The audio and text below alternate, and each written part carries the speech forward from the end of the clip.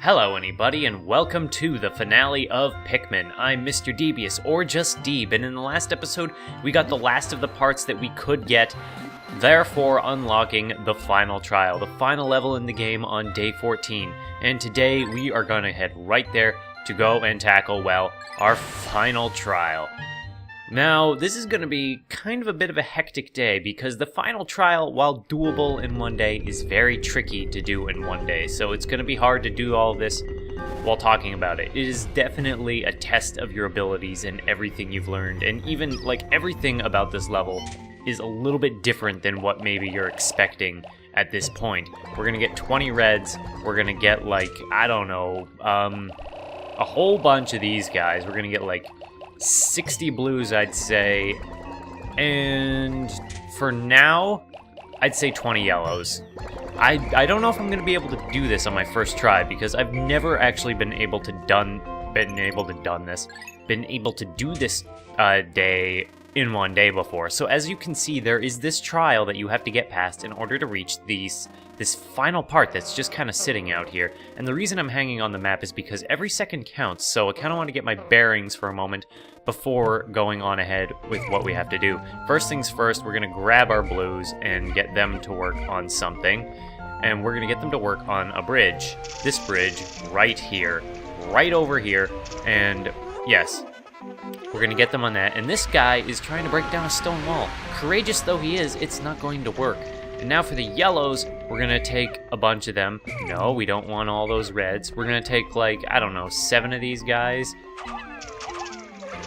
And it's just easier if you just kind of... Oh, for some reason my B button wasn't working there. If you just kind of suck them in like that. And throw them across over here. Hopefully they don't fall off. Ride this geyser up. And take these yellow Pikmin. You want to throw them up into here, because when you do that, they're going to find bombs. There are bomb rocks in there. And with these bomb rocks, what you want to do is kind of aim your shots as best you can, pull back, and throw as far as you can. That was a bit weak. That was a little dangerous, whatever. And I think one of our Pikmin just drowned. But that's the way things go. Oh, he blew up. And that should blow down that wall entirely. So let's get rid of these bombs first of all, and just kind of drop them and carry them after me. And there's a bit of that slowdown again. And get onto this island, yellow Pikmin. We cannot afford too many deaths today. Well, actually, we probably can. We'll probably have to. And get the yellow Pikmin across the water again, and just kind of call them out of it. And while they do that, let's get all these guys together just briefly so we can split them up, take the blues, and set them to work on this other bridge here. Now, we're making pretty good progress from what I can discern, but that blue Pikmin who fell down just cost us a couple seconds. And I know that maybe I'm being a little too critical of my little Pikmin buddies, but that's what you can do. Also, the game never explicitly tells you that red Pikmin are immune to fire, but this is the part where you need that ability. Like, it was useful before, and the first time playing, I didn't realize that red Pikmin were immune to fire until this final moment. So I kind of got burned a little bit in what I could have been able to do. And with them over here, we're gonna set them on that. Now, the blue Pikmins are almost done with what they're doing over here. So what we're going to do is we're going to take them off of it because, well, we don't really want them to keep building, because we are going to exchange all of our blues for reds because we're going to want them. Okay, so we're going to put all of our blues away, and we're going to get all of our reds. For all the hard work that the blue Pikmin have done, we do not need them anymore. And also we're going to put away a couple of yellow Pikmin. We only want like 15, I think. Not for any specific reason. This is just what I saw like to be the most advised number to take. Unfortunately, you do have to wait for the other Pikmin to get up into the onion before you can draw them out of the thing. So now that we have like all reds and a bunch of yellows, we're going to be able to go across and finish off the rest of that bridge and get near that part. Whatever it is. What could it be? Because it definitely has to be optional, right? Because the thing is, the game really likes to hammer in the point that you don't need all the parts to finish the game, but you need the first 29 parts to even reach the 30th part. So you look in there and you start to see over the edge, and what is that? What is that over on the other side? It's kind of a mystery. It's kind of a little bit scary. You don't know what it is. It just kind of looks like an onion or something, sitting in the ground, just kind of waiting there, just kind of looming. Now, when I first played this game, it actually took... I would normally just take a day to finish the build-up to this area, and then I would end the day, I would just go to sunset, and then come back, and then do the rest of this in another day. And that's a wise way of doing it, but we're not going to do that here. So first things first, we're going to get bombs for all of our yellow Pikmin, and then it is time for the suffering to begin. Okay, first things first, we're gonna dismiss all of our dudes over here, and that yellow Pikmin is just gonna kind of have to, hang out. Now what we're gonna do is we're gonna throw a red Pikmin at his back, and it's a giant Bulborb! This is the final boss of the game. This is Emperor Bulblax, and I kind of forgot how huge he is, but holy crap, he is huge. Now what you want to do is you want to get your yellow Pikmin available, and kind of time it so that they throw it into his mouth. Not quite like that, unfortunately. That was kind of bad. Oh boy, this is already not going great, and the microphone is peaking a lot. I am sorry for that. Uh-oh, that's not good. He's not gonna... So what you want to do is you kind of want to time it so that when he turns to you and opens his mouth, that yellow Pikmin did not, oh, well, that works too. Whenever you throw a bomb into the Emperor Bulblax's mouth, he will be temporarily stunned, at which point you will be able to throw red Pikmin onto his face, but you don't get as much time as if you throw the bomb into his mouth when he, well, opens his mouth. So what you want to do is kind of get the timing just right, so that happens. You get him just right, and you get a crap load of time to just throw your red Pikmin on and lay into him for a ton of damage. And you want to be very careful. You can technically attack the feet, but if you do that, he will just jump and squash all of the Pikmin beneath him, and that can account for your entire army. So I kind of want to... I did not mean to select a red Pikmin there. This is kind of a major problem here, that you can't swap between the various Pikmin types. Oh no, that's not good. Oh no. That's not good at all. So he ate all those bombs, and all those Pikmin. So, we're just gonna try and bash his face in as quickly as we can. That was not supposed to happen. Get all of those guys off, and And those are all the bombs that we have available, but we are gonna get more. Thankfully, Emperor Bulblax cannot leave the battle arena, even though he might try to jump. As you can see, when he reaches halfway of his health, he will start jumping around. And the way you can tell if he's going to jump or if he's going to eat is if he's drooling when he turns towards you. So that is a jump. And I think he's gonna jump again. Yep, there he goes. I think he landed on... Oh, no. Those Pikmin are fools. No, stop! Why are they fighting him? Oh boy, this is not good. That is very not good. This is bad. Yeah, this is the point where if your Pikmin army is not flowers, they will get immediately crushed. So don't even bother with this guy if you do not have full flowers with you. Why are my Pikmin getting crushed? Okay, he's drooling, so that means he's going to open his mouth, which means that he's going to eat that guy. Which means that we're just going to throw these guys on there, and then call them off. And, oh no, that yellow Pikmin is, well, he's going to throw a rock. He's a brave soldier, but it was not enough. So we're going to try and get more bombs, because more bombs will help us in this day. But it looks like we're starting to run short on time, even though we have been doing a good job to Emperor Bulblax. Emperor Bulblax, by far, has the most HP in the game. Now, what you could do is you could beat him and then get the part on the next day, but I don't want to do that. I want to get him, I want to do this whole final trial in one day, without all the extra nonsense. So yeah, he's still not drooling, which means he is going to jump, and he jumps very far. You kind of want to get away from him. Oh no, that was really bad. Oh man. This guy can absolutely decimate your army in seconds if you're not super careful. In fact, I've never really found out the way to best... Just stop jumping! Oh, this is annoying. I feel like he just randomly throws it, so now that he's done that... And that's not good. And now he's temporarily stunned again, at least, so we can take this moment to plow some damage onto him. Some good, solid damage. Thankfully, you don't need too many Pikmin in order to do a substantial amount of damage, but we are going to need more Pikmin in order to finish the job. By which I mean when we finally do finish him off, and, well, maybe I need... Okay, there we go. Okay, he's gonna keep jumping because, again, he's not drooling, which means he's not going to lick. I never knew that, actually. I had to look that detail up, that he drools when he's gonna do a thing. Oh boy. That poor Pikmin had no idea what was coming. But we do have a couple bombs left, so we are going to be able to use those, hopefully.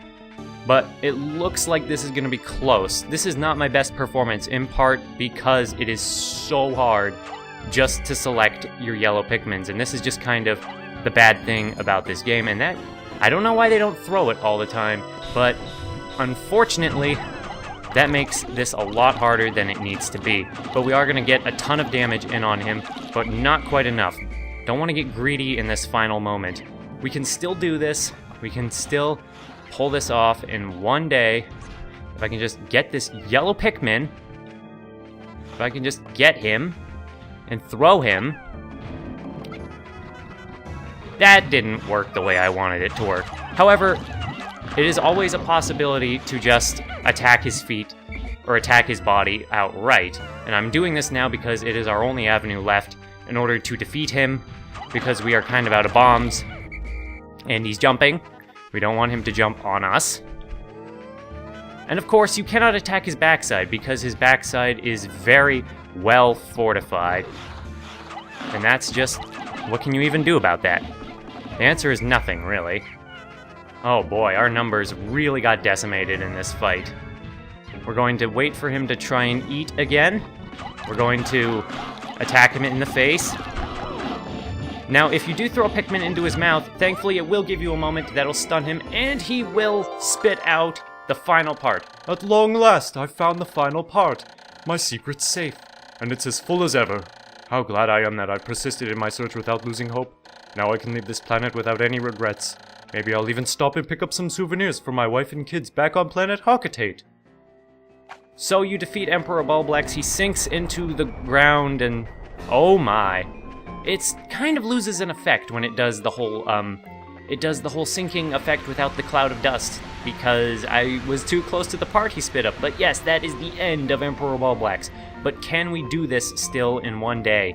We're gonna have to see. We're gonna pull out the blues for one final job, and that is carrying back the final part. It's gonna be close, because we, even though we still have like a minute left or something, we're gonna have to get right over there and right on that final thing to carry it all the way back. We suffered heavy losses there, but we can still do this. We still have time, I hope.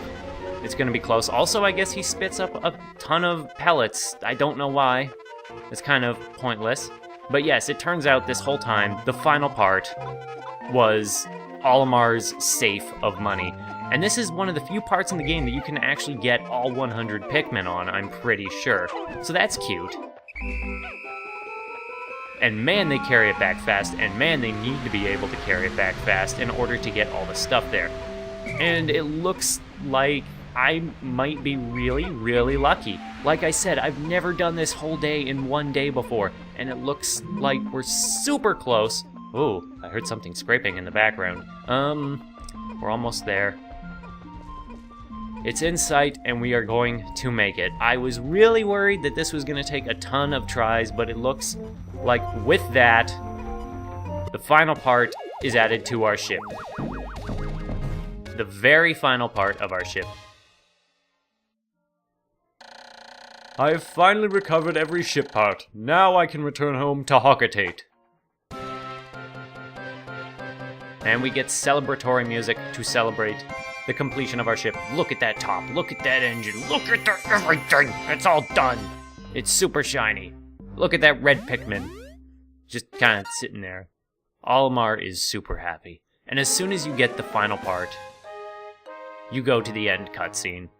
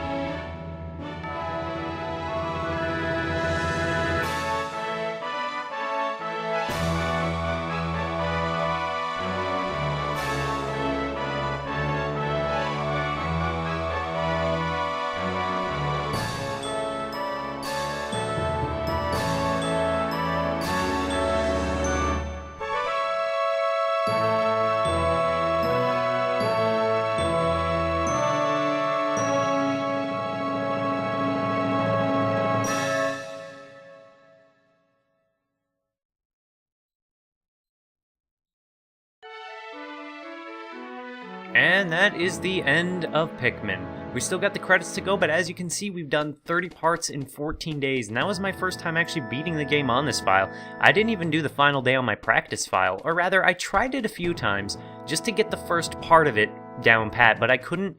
This was my first try ever in which I was able to beat Emperor Bulblax and get the final part back, doing it all in one day. Holy crap, though, 251 Pikmin lost in the process. Holy moly. 594 survived, though, and that leads to a total Pikmin ever sprouted, I think, accounts for all of your files, obviously. Otherwise, there are some crazy numbers in there. But yeah, we lost a lot of Pikmin, almost a third of them. But especially in that final battle, that was just a massacre. But we managed to do it, and, well, as you can see, this is where you discover the ship parts, and what ship parts in particular are optional. That being the Nova Blaster, the Space Float, the Massage Machine, the UV Lamp, and the Secret Safe. There's still no reason as to why, say, the Sagittarius and the Libra are necessary, considering they were just presents from your kids, and, well, whatever. Other than that, though, it's still fairly logical which parts you need, for the most part. And of course, all you can do when you get to this screen is save your game. And I still think we have the credits to do. I think. It would be weird if there weren't credits. Yeah, here we go. So we get a shot of the planet, of the dark side of the planet for some reason. And the staff credits scroll up. This was a fun project. I'm glad I did it. It was definitely a lot different than what I've done otherwise on this channel. I know I've mostly done Nintendo games, but aside from that, it's just... I've never done like an RTS style game. Even if Pikmin isn't really like most other RTSs, it's kind of like baby's first RTS. But it's still... what it has what a lot of RTSs lack, and that is like a commander unit itself by which you engage with the action, rather than just being this metaphysical arrow that points to your units and sorts them around. And of course, we're going to watch the few cutscenes in the game that there were. But anyway, Final Trial, as you can see, is definitely a quick... It's more imposing looking. It looks more imposing than it actually is, but it's really not that hard. All you need is your bombs to blow down that wall, the blue Pikmin to build the bridge, and then the red Pikmin to push the box. And then you're basically at Emperor Bulblax himself. And Emperor Bulblax, holy moly, if you can get that just right, you can do a ton of damage. But you basically do need to use the yellows with the bomb technique in order to reliably kill him in one day. It was kind of cool how they bookended, like, they kind of, well, not really bookending, but they kind of made out the Bulborbs to be, like, the main enemies of this game. And then the boss was basically a giant glorified Bulborb, and it worked. It was cool. And he was gross and disgusting. It's really kind of cool that they managed to do that. I do think it's a little bit of a bummer that they don't have as many bosses in this game aside from that one. They don't really have any bosses, but they do have a lot of unique enemies, so that's also cool. And I like this game and what it did, and how it's kind of, when it came, the whole series really stands out among everything else Nintendo does, and I appreciate it for that. But that is the end of the credits, and we are going to zoom out and pan to Nowhere Land. But after the credits, we still get another bonus. Enemy bios! I love enemy bios and parades. That's a great opener. Armored Cannon Beetle. This migrant lithopod has developed a stronger carapace than its relatives. So we're gonna get little profiles of every enemy, starting off with a couple big ones. And Olimar getting murdered. Beady Longlegs. Waxy secretions form this creature's distinctive armored shell. I really do like the Olimar biologist side of Pikmin, and they really flesh it out in Pikmin 2, and it's really cool. Redbug. This creature's thick hide protects it from most attackers. And yeah, like, in Pikmin 2, every enemy you kill or meet, you get a profile on it, like a little biological profile, and it's fantastic. Burrowing Snagret. This bluish hue of its feathers distinguishes it from the burrowing Snarrow. What's burrowing Snarrow?